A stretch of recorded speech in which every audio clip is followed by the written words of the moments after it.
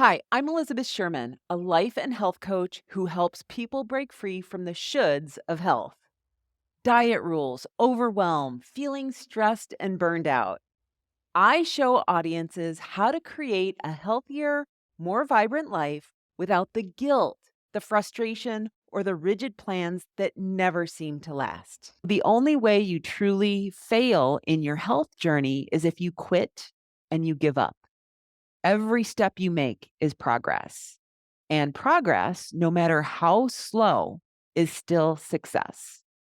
Regular effort, even half-assed regular effort, is will compound over time, and it builds the foundation of a healthier lifestyle. Okay. And lastly, remember, you don't have to do it all at once. Health is gradual. It's a series of choices that you make every single day. So getting back into action is crucial when we're talking about relapse. And the key is to move back into action as fast as possible. It sounds stupid and obvious when I say it out loud, but it's the truth. The more that you can train yourself to get back into action after making a mistake, the faster you will accomplish your goal. The less time you spend in relapse and get back in, the easier it's going to be, but also the the faster you will ultimately get to your end goal. And so here's what it looks like in practice. So imagine you're going to a party and you decide that you're going to stick to your plan. Okay. So you're like, they're going to have dip and vegetables and I will be fine. But you end up drinking too much, you end up overeating, and you end up staying out way too late. Instead of beating yourself up, which would be totally normal, you can get curious and ask yourself, why did that happen? What happened that started the slip up? And what happened that I continued to slip up? My talks aren't just about food and exercise. I get to the root of why we struggle with consistency.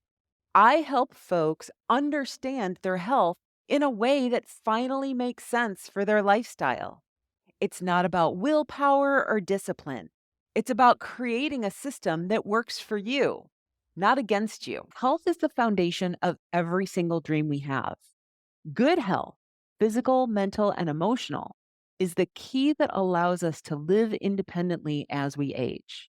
It allows us to experience life and traveling. Things like walking cobblestone streets in Greece or Italy, hiking the Camino de Santiago, or marveling at the grandeur of the Great Wall of China or the Grand Canyon. Think about the images that you have for your own retirement. Are you learning to ballroom dance? Are you dating your partner all over again after the kids have left your house? Or for those navigating a gray divorce, are you starting to date with confidence? Each desire, each dream or activity becomes accessible because your health supports it. And while today we're focusing primarily on physical health, we cannot ignore its deep interconnection with mental and emotional health. They are all connected, equally important, and intertwined.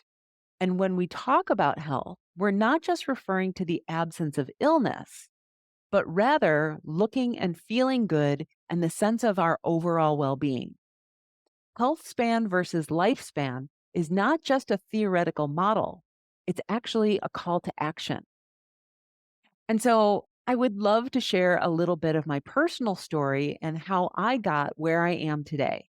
So in 2001, I was working as a VP of sales engineering training for a high tech company. Everything changed for me when my mom passed away from breast cancer at age 63. At the time, I was only 33 and witnessing what could very well be my own future if I didn't make a change. Although the career change to health came a number of years later, it sparked a complete lifestyle transformation for myself. Now, I don't believe in guilt based motivation. I bring a mix of science, mindset shifts, and real world strategies delivered with honesty, humor, and zero judgment.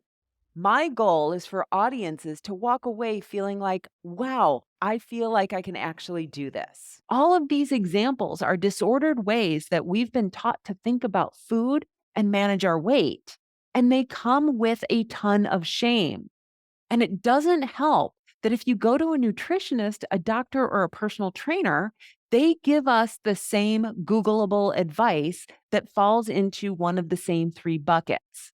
But before I get there, I need to flip my chart here. All right.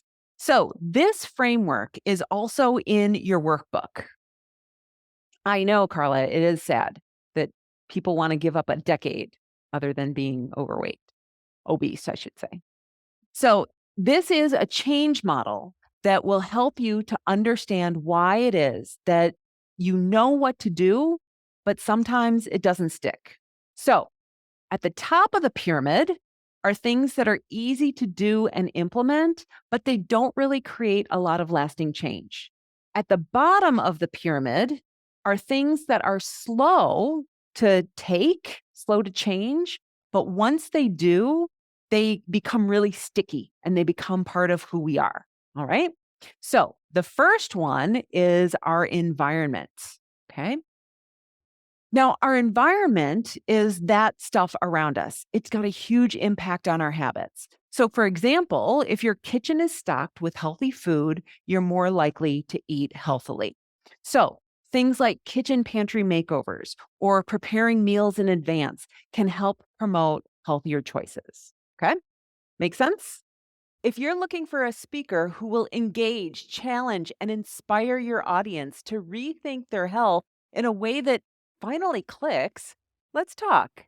I'd love to bring this conversation to your event and help people take action in a way that feels good. Reach out to me and let's make it happen.